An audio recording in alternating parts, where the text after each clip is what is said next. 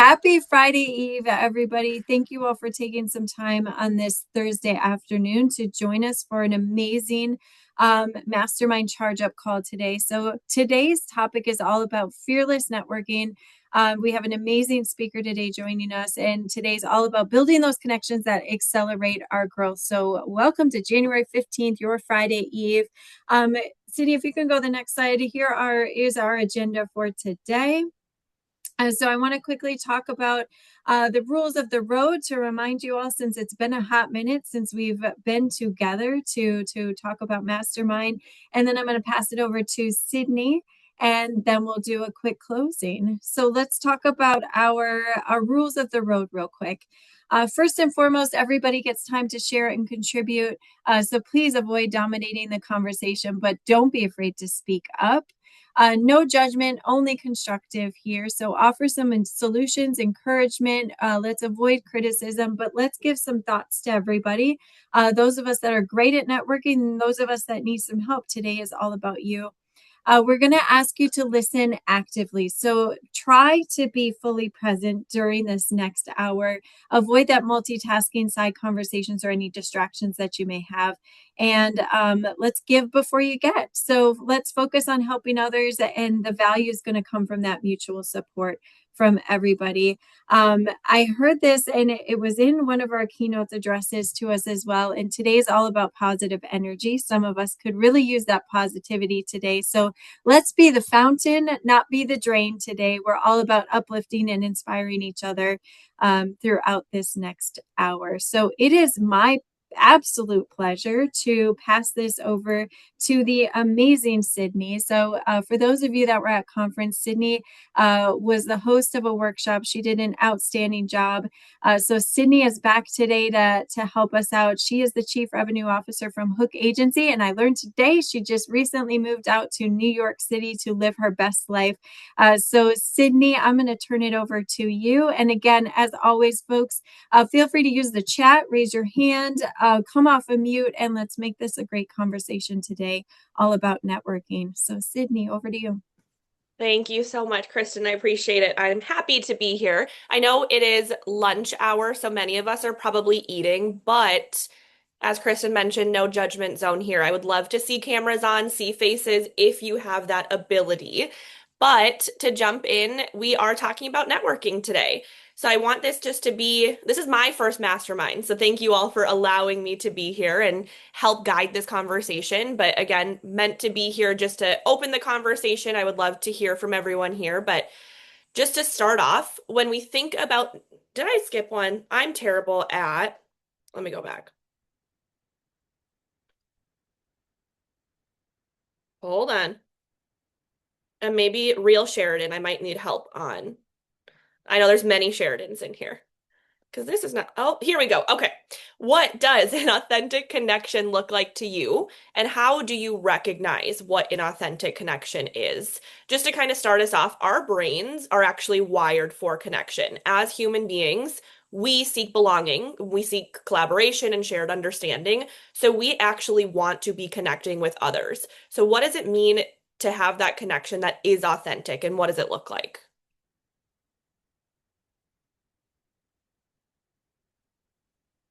I like it when I can see like people's natural like energy levels come out. So like I have natural high energy and I scare a lot of people sometimes. But and I because I like to know if you're a little bit more timid. So I always like it when I can see like people's real approach to me. So if they're gentle and kind and simple, then that helps me know like I might need to dial it back. But sometimes I'll meet someone that's like matching my energy level. And sometimes I've just tried to be a better steward of learning how to interpret people just from that initial start.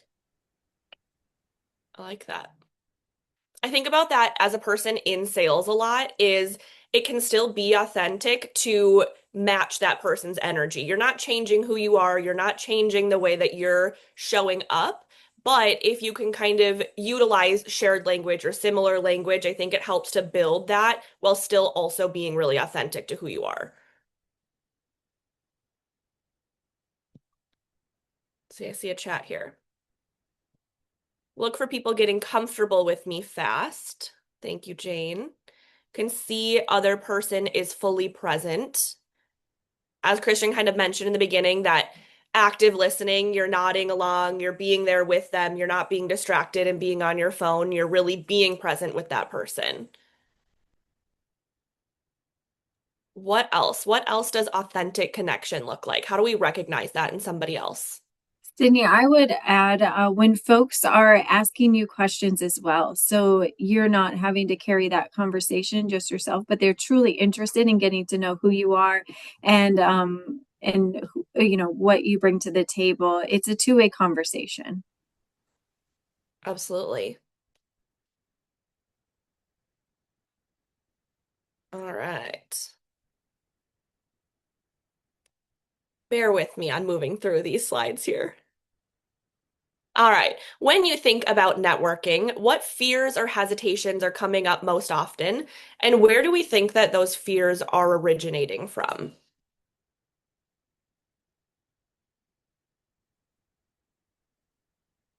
What are we afraid of when we are thinking of the word networking? It's a big, scary word.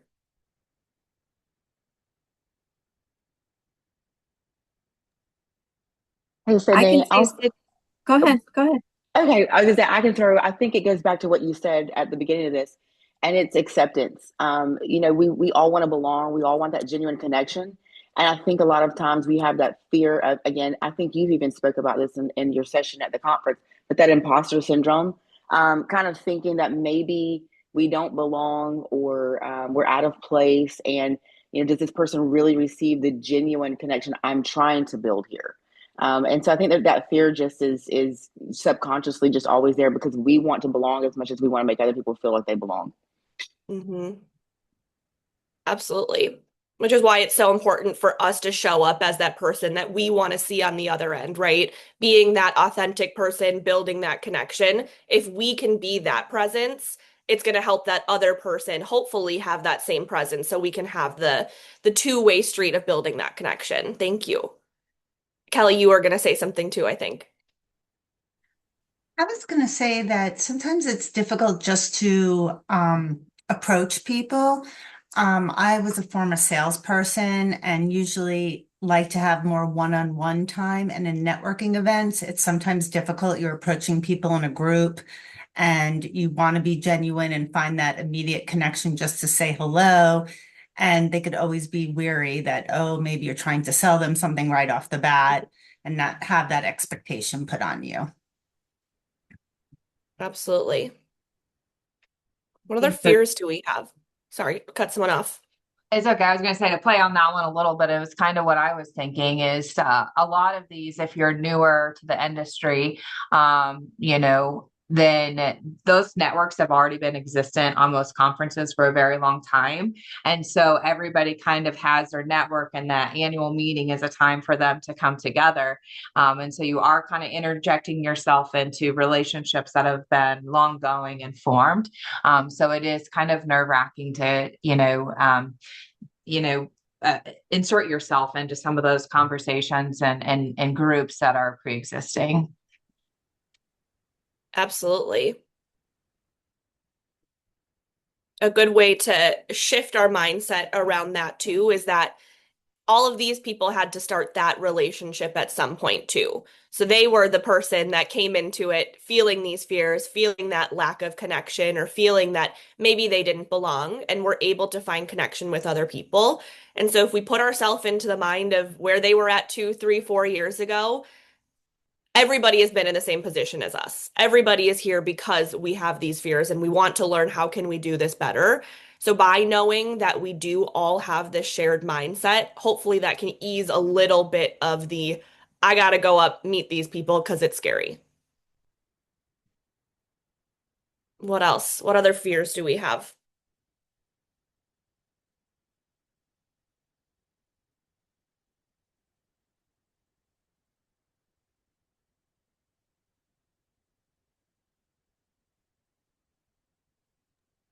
I think for me, it's will they give me enough time in order to allow me to get to know them?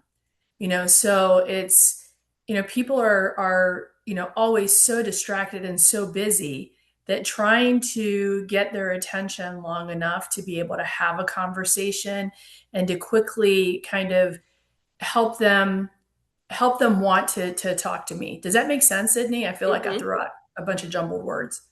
No, absolutely. Are they, I mean, not only are they able to give me the time, but also I think part of it is probably like, do they want to give me the time? Going back to that feeling of like almost the fear of rejection. Like, do they want to give me the time because they have so many other people that they want to talk to and that they know? Does anybody have any solutions on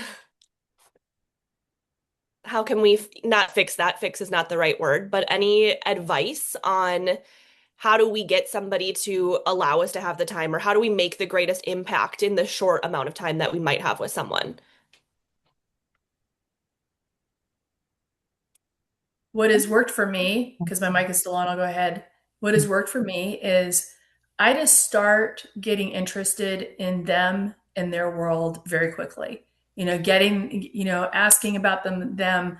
It's hard for us to find somebody on this planet that, given the opportunity, isn't going to talk about themselves. Absolutely. Kelly, I saw you unmuted again. Sorry to Yeah, keep I picking was, on you. no, that's fine. I actually usually just try and establish right off the bat that I'm looking to meet new people and that there's nothing really in it right off the beginning of the conversation because a lot of times people make assumptions, especially when you're at big conferences. I remember a particular person I met was like, "Oh, you're here just to get new business." And I was like, no, I'm here to actually learn about the industry. If I happen to meet other people and get new business and start new relationships, that's great. But I normally try and make just learning and education the main focus of why I'm normally at any particular event. And that usually is the main reason why I am there and attending. I love that. Addressing that initial concern of what they might be thinking of what you're thinking. Are you just trying to sell me something? You're like, nope, I'm here because I want to meet you. I want to build a connection. I love that. Address that concern right away. Okay, see, not focus on the other person's reaction. Just be confident in your approach. Thank you, Lauren. Any other advice or things that have worked really well for you on how to make that impact quickly or how to start that conversation with somebody or get over that initial fear of potential rejection? I would say, as somebody who has wrestled with being fundamentally shy most of her life, it really helped me to embrace the fact that they're probably as nervous as you are about how they're going to be perceived and what people are going to think of them.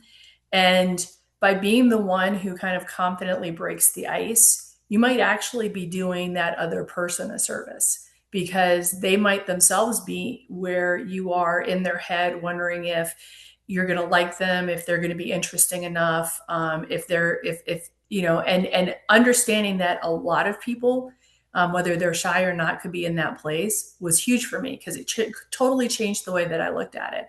Instead of looking at will they accept me, I was like, hey, I'm going to find out if we're going to be able to connect, if this is something that I want to have happen. I love that. I think something too, when we go into networking events or conference, we all are thinking of yes, we want to build these authentic connections, but if we're being truly honest with ourselves, we are also thinking about how can this be a positive impact for either my business or whatever that might be. If you are in sales, how can I get more sales, right? And I remember, Jane, the first time that we were really chatting, we had a conversation around like restaurants near you and my other salesperson, Bryn, and you guys had a lot of commonalities in places that you've been and just having a conversation about your life and being able to build a connection on a human level versus only tell me about your business, tell me about, yes, we want to talk about our business, we want to talk about those things. But when we think about authenticity, we're humans. And to build that real, authentic connection, talk to them about who you are and who they are as a real person, too. Any other nuggets of advice here? This is great.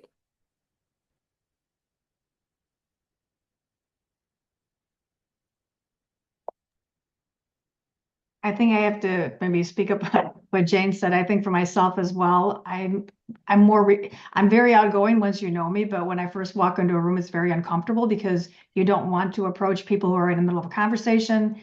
Sometimes you feel like a wallflower. So I've found that for myself, if I'm either holding a drink or a pen or something in my hand, that kind of helps me to know what to do with my hands because you really don't know what you can say to open up to introduce yourself or and to the point, so, none of us are going there just to do a direct sale. We're getting to know each other. How can we work with each other? And maybe we can offer suggestions of something maybe we're not doing, but we can, help them with somebody we may know. But it's just important for us, especially as our group, women in HVACR, it's very critical that we stick together and respect and appreciate each other. Absolutely. Thank you. I love that example, Annette. It's actually something that they teach you in presentation school.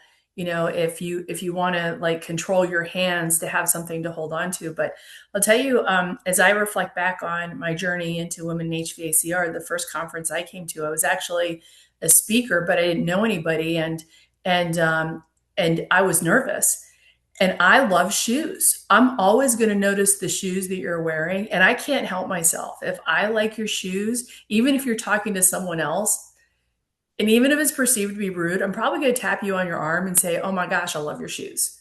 And you want to, and it doesn't always have to be shoes. If somebody, to see someone's immediate reaction and connection that way, it's remarkable. And they're going to remember you. I mean, I can't tell you how many people like remember to this day that it's like, "Hey, I met you in Phoenix because you loved my shoes." I love that.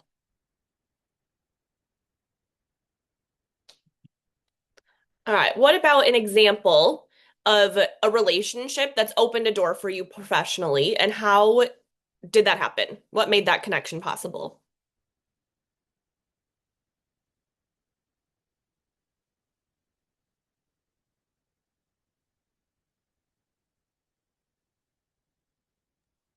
So I know for me, like because I was very contractor focused. So I was a contractor or worked inside of a contracting business and then, became a vendor, if you will. But just people like, Kristen Gallup, like I got to meet her and then she was like talking to me about other people that I was like, hey, you're over here in this contractor world. You need to be like, look at these other cool opportunities inside of the industry. And I'd kind of tried to stay in my familiar side of life. And so by just kind of putting myself out there a little bit more, which I'm not a shy person. So, but when I would meet people, just allowing them to make connections for me, even if I was like, I don't know how I'm going to find value in this, just by literally, people connecting me, like Colleen Keyworth from Online Access. She's a great connector of people. And like I said, Kristen did a great job of that for me, just connecting me to different people. But I had to be confident enough to know that, we all bring something to the table. And so it's just about discovering that and how we can support each other. Because whether it be personally or professionally, we oftentimes can complement something in someone else's life just with our experience, our age, or whatever we have going on. So that was been a really good thing for me. It just introduced me to the manufacturer and distributor side of things. And then just me kind of putting myself out there and saying what I was hoping I could get was really impactful for me to get the right connections. Thank you.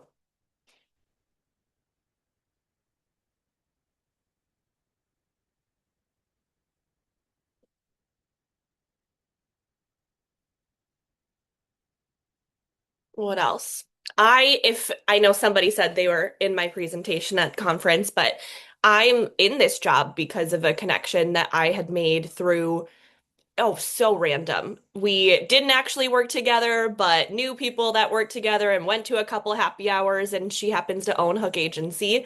And so when I applied, I had a little bit of that, hey, you already know me as a person. Yes, I was a little bit of a personality hire, but now it's been over 5 years. And so just by building that initial human connection with somebody, we became friends and then turned into this amazing opportunity where I've built a career off of it.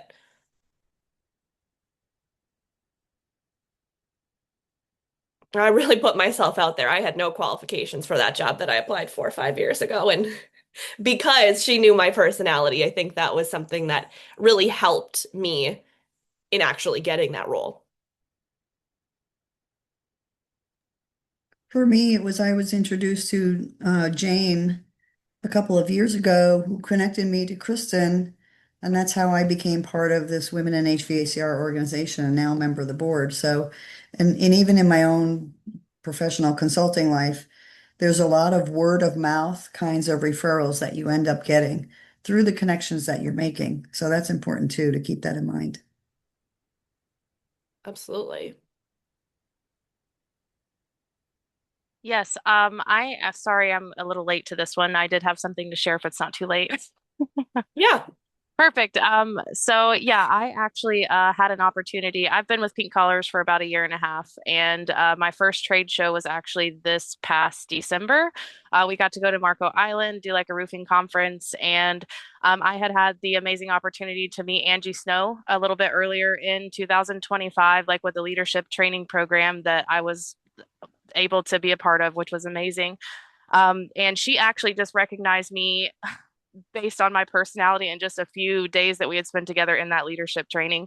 So it was really cool to like meet her in person and also have her kind of introduce me to some of her contacts as well during that conference. It was really cool to get to see her and meet some of her contacts just based off of our like small interaction because we got along so well with our personalities. So that was great. I love that. Thank you. Yes, ma'am. What about anybody else, how they got invited or introduced into women in HVAC? For myself, we're a UV manufacturer, and so we do work a lot with ASHRAE. And so when I was at the ASHRAE conference at one of our technical committees, they had asked me if I was part of any kind of HVACR for women, and I didn't even know it existed. So then I started doing some research and I found it, and that's how I joined. I love that. Thank you for sharing. Any other connections that have really helped you within your career, or any examples of something that by meeting somebody, by building a connection, it opened a door for you?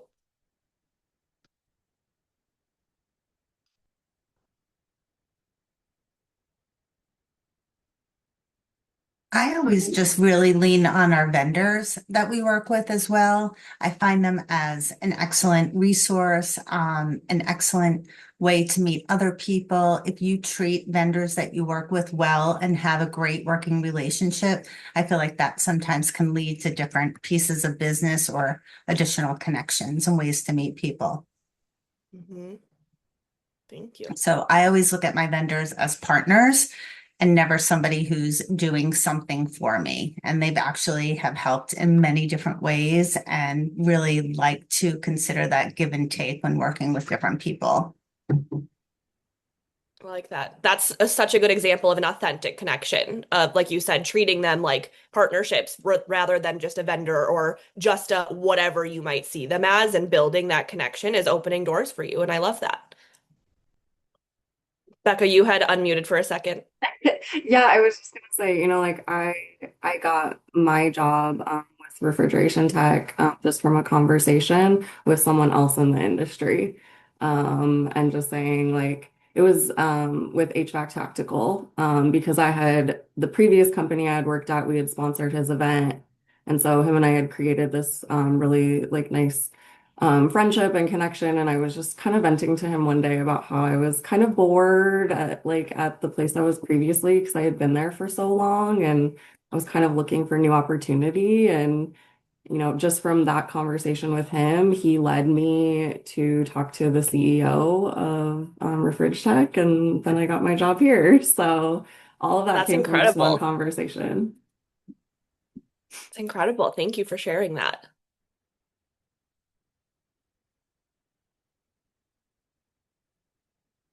All right. What about strategies? We touched on this one a little bit when I was asking for some advice, but what strategies have helped you start conversations with confidence in unfamiliar spaces?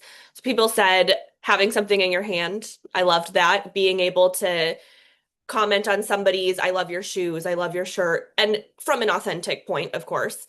What else? How else can you approach a conversation with confidence?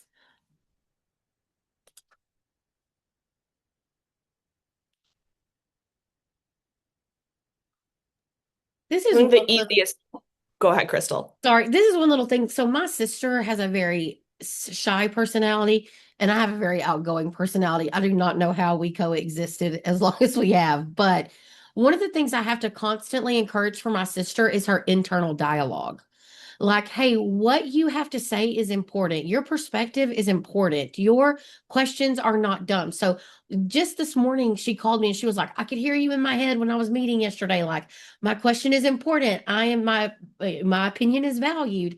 And so, that's something I learned a long time ago in college. I just had a professor that was like, how you talk to yourself is really important. And so, it's just something I immediately implemented in my life is like, hey, my opinion matters. And then you do have to have enough self-awareness to recognize, like, okay, your opinion does matter, but also your delivery matters and your ability to be socially inept as far as understanding the social environment as well. Like, you can't just bust into the room and be the loudest one in the room and be like, sorry, that's just who I am, without the repercussions of that. And so it is a fine line, but I just encourage people to really talk to yourself about that you are important and your opinion is valued. And if people don't respect that, that's a them problem, not a you problem, right? So, and then just being socially aware of what you can do, because most people that you're going to interact with want to know what you have to say and want you to be successful. And you're welcome to the group. It's just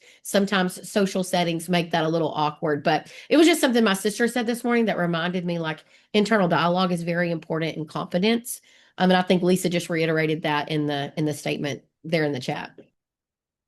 Yes, Lisa said being intentional about choosing to be confident and taking that first step. And Crystal, I love that. I'm very big on like affirmations and manifestations and all of the psychology and science behind it, that it actually, the energy that you're putting out into the world attracts that same energy. So if you can truly change your mindset around, no, I deserve to be making these connections. I deserve to be in this room. I deserve to be here. I am smart. My questions matter. What I have to say matters. It legitimately is changing the energy that you're putting out into the world and what you're receiving back.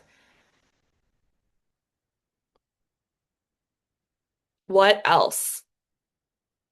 What other strategies? I think having some of those questions in your back pocket. So whether it is something like Jane said, of oftentimes when I notice something about them, about what they're wearing or about their shoes, I'm going to comment on it. And I think even just somebody else had mentioned earlier, people love talking about themselves. So asking them about themselves, asking those initial questions. A lot of times when we're in a networking scenario, like we're at conference, why are you here? What are you hoping to get out of this? Asking them those types of things. But what about scenarios that might not be, people are there for networking? How can we start some of those conversations? So I just came off mute and I'm driving. So if I stop mid sentence, it means I'm not trying to hit somebody. Um, in my career and my day job, I go into rooms quite frequently where I'm meeting people for the first time, and they might know who I am because they've read my bio or they have some information on me. But I don't often know who they are, even though I might ask who's in the room and try and do a little background on them. Sometimes I don't know. And what I found to be really impactful is I walk up to them and I introduce myself to them. And I don't let them stand looking at the floor for very long, because I I think it's my responsibility for them to know who I am, not to wait for them to come up and ask me who I am. Does that make sense? Mm-hmm. Absolutely. So I own the responsibility of getting to know someone else. I don't wait for them to come up and talk to me. Mm-hmm. Own that responsibility. I like that. I own the responsibility of somebody knowing who I am and making that introduction. What else? What other strategies do we have in starting those difficult conversations when we don't already know somebody?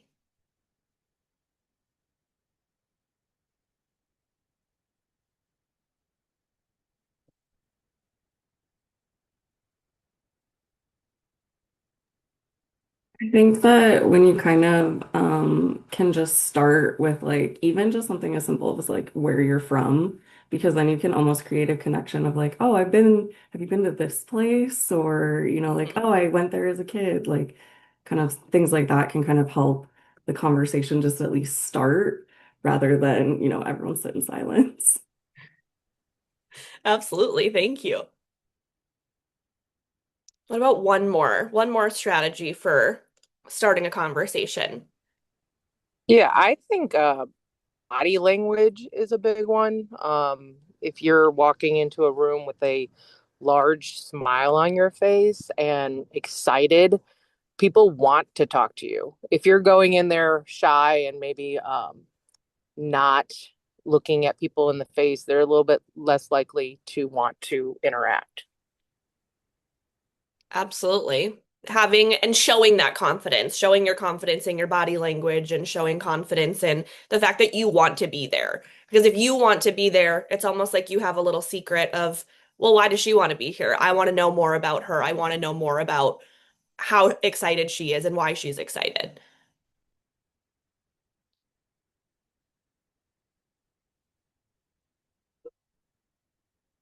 How do you maintain authenticity while still being intentional about growing your network? Networking can feel really icky and it can feel almost slimy when we are going into it and thinking, how do I utilize this conversation or this connection for myself? When you go into it almost having that fear of like moral discomfort that this feels wrong. How do we get around that? How do we continue to maintain that authenticity, but also utilizing these connections to build that network? It's almost like a double-edged sword.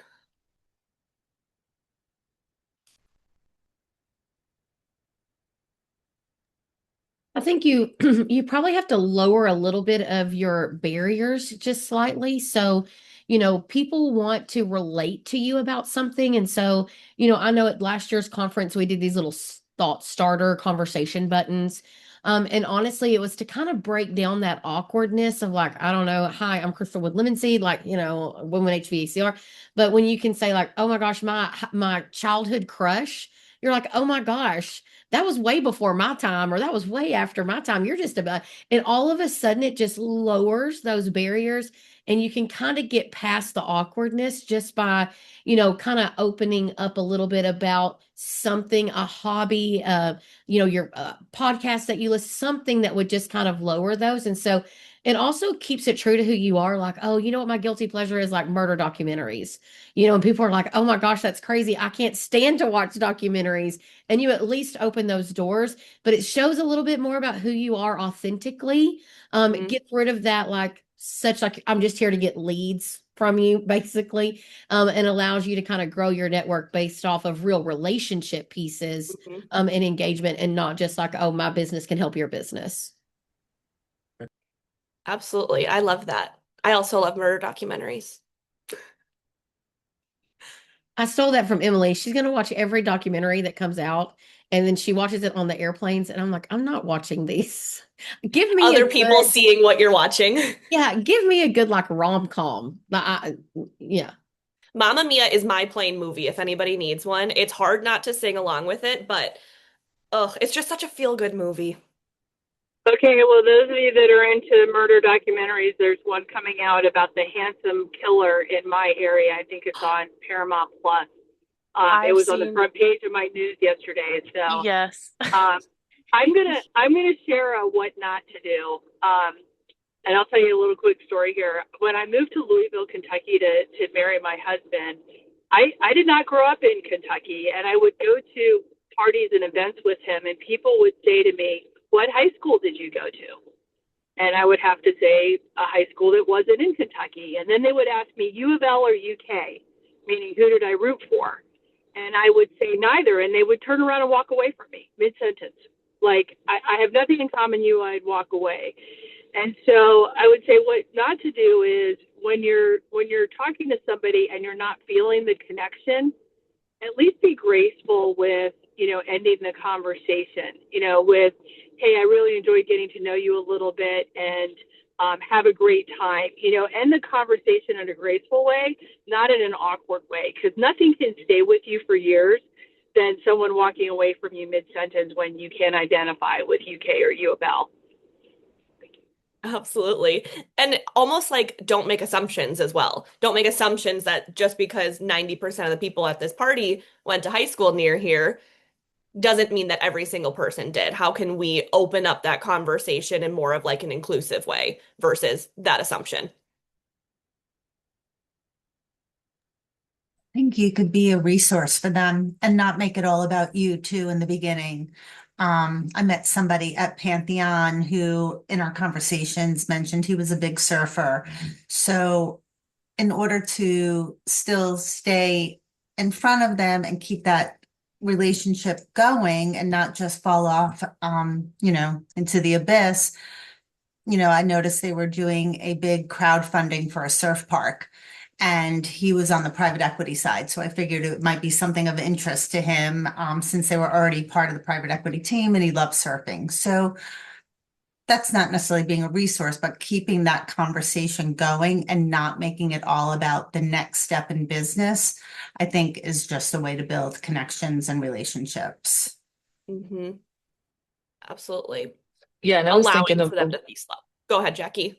yeah, I was thinking along the same lines of that is as you're talking with them, like I'm always thinking about who else could I connect them with so they could grow their network, or what other groups, like maybe what groups that I'm a part of that might make sense for them to come to, and then invite them to maybe another group that, as long as it makes sense with their business, but kind of what Kelly was saying, be a resource for them in that way. So as you're listening about their business and what they are looking for, and just getting to know them a little bit in the conversation, is inviting them and introducing them to other folks.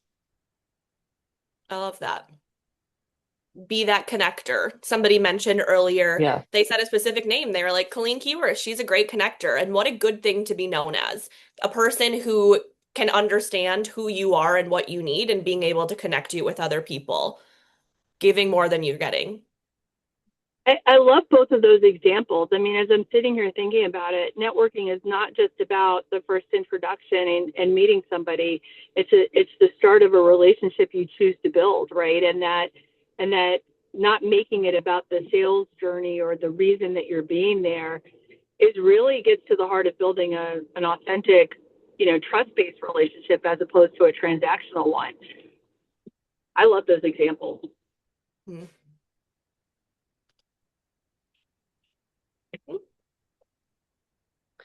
What are some small, low pressure networking habits that we can build into our routines this year?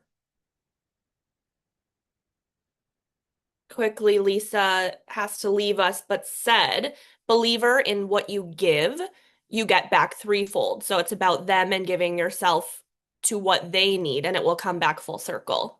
Absolutely. I love that. And thank you for joining us, Lisa. I think an easy network engaging habit is I try to do 9 social media comments before 9 a.m. So for me, I try to go look through social media, what catches my attention, and I like to post and share 9 before 9 a.m. That gives me time as I'm getting ready in the mornings or as I take my first little morning break around coffee. I can stop, scroll, comment.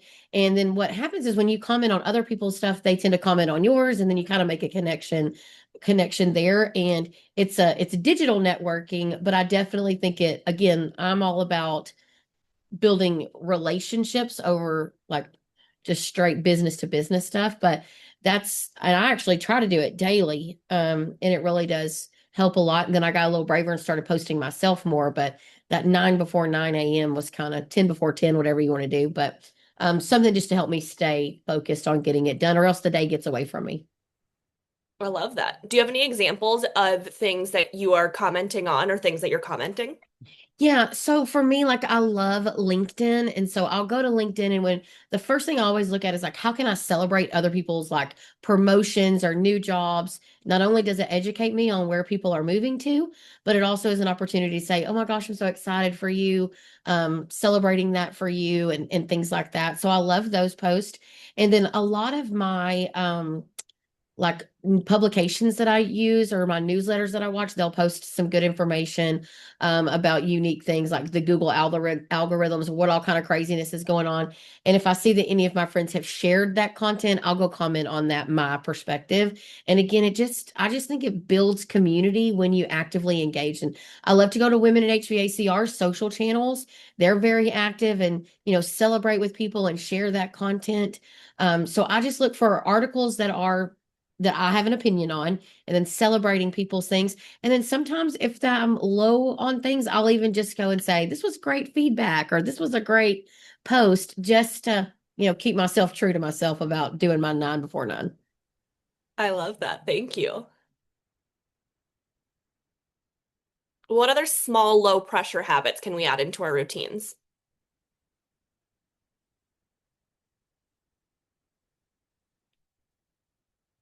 I think social is such a great one, Crystal. We call it don't post and ghost. Because if you post something and then you never comment at anybody else, you never interact with anybody else, you're probably not going to get that interaction back onto your content. So, again, yes, we want it to be authentic, but by going to other people and then other people are going to see that you are commenting as well. They're going to see your face. They're going to start to notice who you are, and they're going to see that you're somebody who is engaging and interacting, and it's going to help your content go a little bit further if you are a person that publishes content on your socials.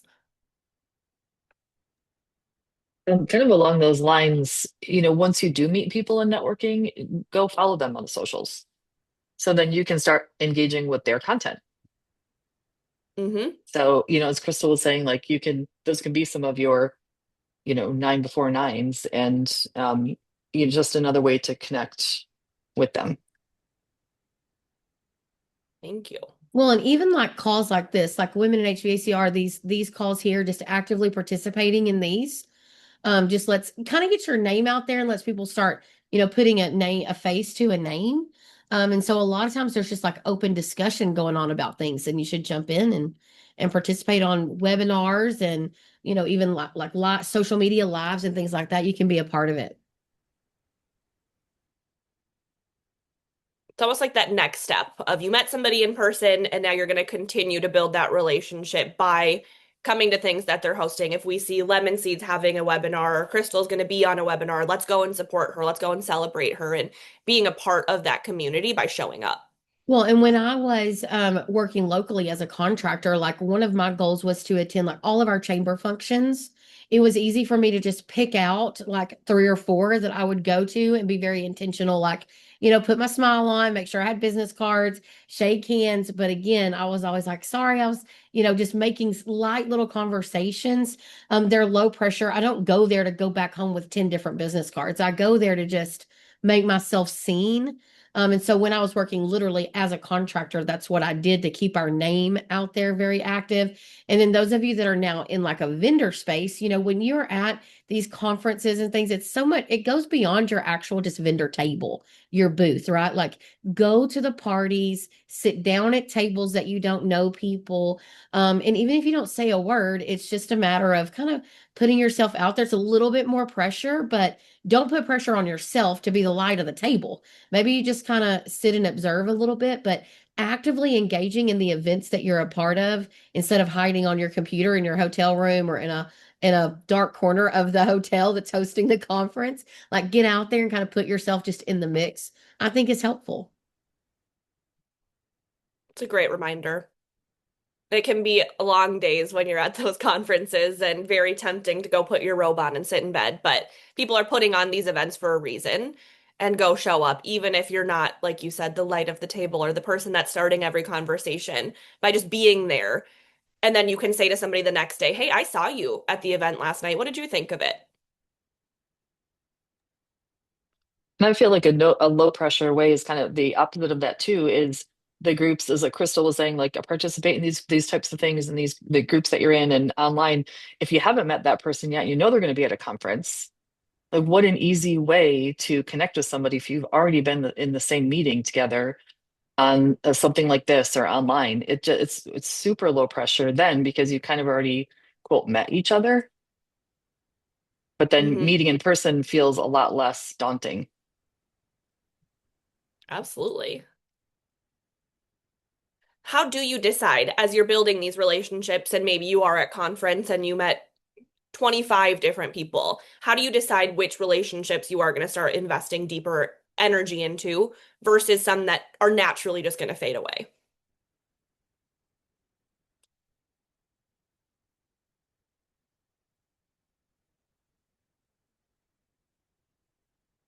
People that you like and get along with. People always say that, right? That you do business with people that you know, like, and trust. So the relationships that we are going to invest in deeply or more deeply are naturally going to be the ones that we felt more of a connection to. We naturally felt that we got along with them more, that we had more in common with them. It doesn't have to be about business necessarily, but I think you can feel which ones felt more natural to you and which ones are naturally going to continue to deepen. Yeah, and I think exactly that. And when I'm either at a conference or a networking event, if I walk away and feel like, oh, I wish I got to know more about that person, that's somebody that I want to continue the relationship with. I think the ones that you feel, are the ones that are going to be like your hype people, like someone who's going to like really hype you up without you having to like ask for it.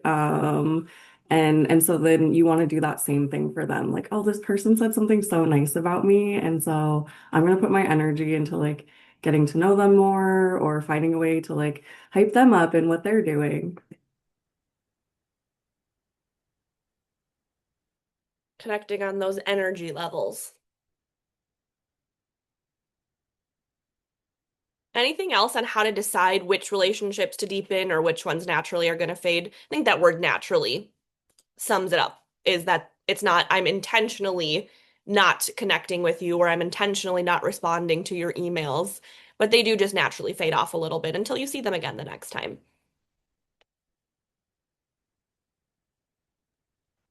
I don't mean this to be a negative connotation at all, but I sometimes watch who drinks a lot at the conferences, and some people can get a little too crazy at them. And I'm all for a glass of wine or two, but it is a professional setting, and really try and watch and see the people that I'm meeting who maybe might be having a little bit too much fun and not taking it as seriously. Mm-hmm. And that's part of that natural connection that you feel with somebody, right? If you're the kind of person who naturally, yep, I have one or two glasses of wine, that's the people that you're going to kind of attract to as well. So being able to feel that more of the genuine connection using your gut instincts a little bit too. We've talked about this one too, giving more than you're getting, but how can networking feel more like a service that we're giving that value rather than only self-promotion? There's been a lot of conversation around this, but if there's anything that we haven't shared or if that you think really pertains to this. Hey, Sydney, I like to look for the people who genuinely might need something. So I try to stay super observant of the crowd. So if there's someone who is looking for maybe water, or who is, and I try to be mindful of where these things are, or some of these are receptions where there are drinks that are being, and I'll ask, do you need a drink? Do you want me to go get you something? Something where you can kind of stay humble, stay, serving those other individuals. That's something that, again, is a very authentic way to connect without being out for yourself. And my theory has always been, if I serve first, again, I think it was the lady who just had to leave a few minutes ago, but give more than you take, right? But it comes back, and I don't do that with the anticipation that it's going to come back to me. I just know that it's just a principle of life. It is truly how that works. So if you just stay mindful of other people first, and watch for those opportunities to serve others, it it's it heaps on all of the things that you could ever need in your own world, in your own business. So I say, it's just stay aware of those things and find places you can serve and get in and help others. I love that. Thank you for sharing that. Yeah, I'm going to go along with Erica on that. Sometimes when I'm in a group, then I will ask somebody like, who are you hoping to meet today? Or, what are you hoping to connect with? Because I may I may know somebody or somebody else may know somebody, but I think it's important that we're all working together and connecting as much as we can. And I think that when you introduce somebody to someone, you already had that connection, so they feel less intimidated to be able to start a conversation. Mm-hmm. Jane, you unmuted. Might have been an Yeah, accident. I was just thinking, and great conversation and suggestions, you guys. I mean, great discussion.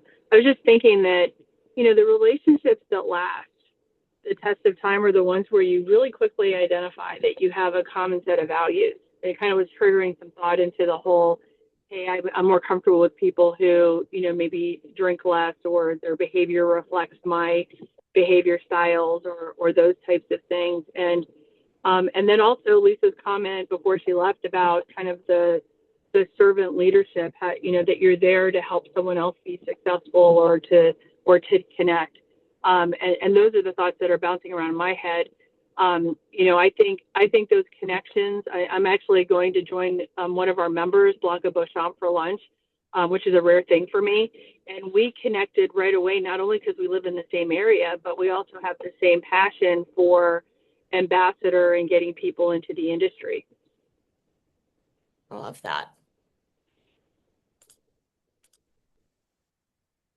What about vulnerability? What role does vulnerability play in forming meaningful professional relationships? Again, I think we've touched on this with a lot of our conversation already, but how can you be vulnerable and why is that important?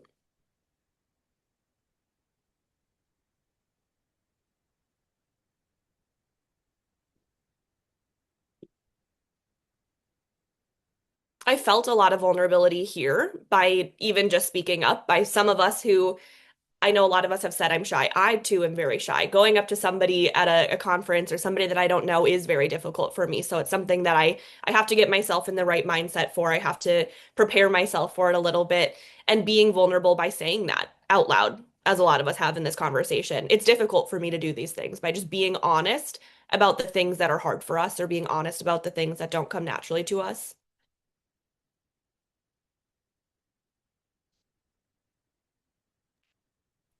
It is hard. As a newer member to this group, I struggled in the beginning on how to meet people and do have like you're saying, a meaningful connection without being, hey, I'm in the group too. What can we do for you? And Lisa, who recently left, happens to live around the block from me. And I was like, let me start there. What are the chances of somebody in this group living so close to me? And she really took the time to kind of give me some inside scoop about women in HVACR and what the best way to approach it and get more involved. And I had to really sit back and say, okay, I can't just call everybody on this list to meet them and just show up at a conference. It's going to be baby steps and really taking the time and putting in the effort and relying on other people to give me advice on how to meet others and make those connections. Mm-hmm. That is crazy. It was fun. It was nice to be able to see somebody in person too. Yeah. I know we're coming up on the end here. So, if we could set one bold networking intention for 2026, what would it be? Does anybody have one already? One intention or one goal around networking for the year? I'll share mine. I, my goal is to have virtual coffee talk or in-person lunch or coffee with one of our members at least every month, and preferably someone that I don't know very well. And so I've already checked one off my list. I was able to have coffee talk last week with one of our members and I loved getting to know her. And so that's my goal, to try and do at least one a month. That's great. I love that. And you've got another one coming up. I know I'm overachieving for January. So You're our role model here. Who else? Who else has a goal or an intention for networking?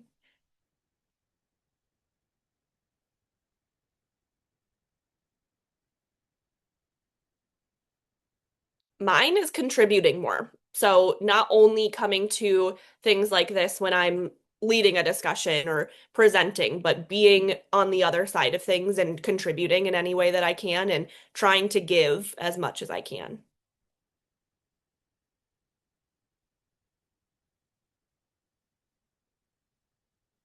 I want to hear one more. I like what you just said. Kind of going off of that is like the first word I thought of is actually like intentional. Like, like making intentional connections and for me, kind of on that what you just said is yeah, like how can I kind of give back a little bit more? Um, I think this is my third year in Women in HVAC. And so the first 2 years, like I feel like everyone's been so good and like welcoming to me. And so now I'm like, okay, I want to get out there and meet some of the newer members and really like, create connections with people who may have felt how I did when I first walked into Women in HVAC a few years ago. I love that. Putting yourself in their shoes. I know Hmm. exactly how difficult it was for me. How can I make this easier for you? Hmm. I know we're coming up on time here. Is there anything else in terms of connection or anything somebody wants to share or any questions that we might have?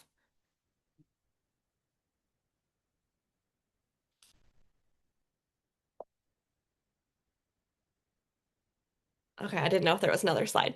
Well, thank you, everybody. I appreciate the conversation that we had. I have learned a lot from all of you and the things that you're doing and things that I can improve upon. So I really appreciate everybody being open and vulnerable in this conversation and being so willing to share. Hopefully, everybody else feels like they're taking some things away from this conversation as well. Awesome. Well, I hope everybody has a lovely rest of your Thursday. Thank And you, I appreciate you Sydney. all being here. Thank Thanks, you. Sydney. Thanks, Thank you, Sydney. guys. Bye. Thanks. Thanks, everyone. Bye.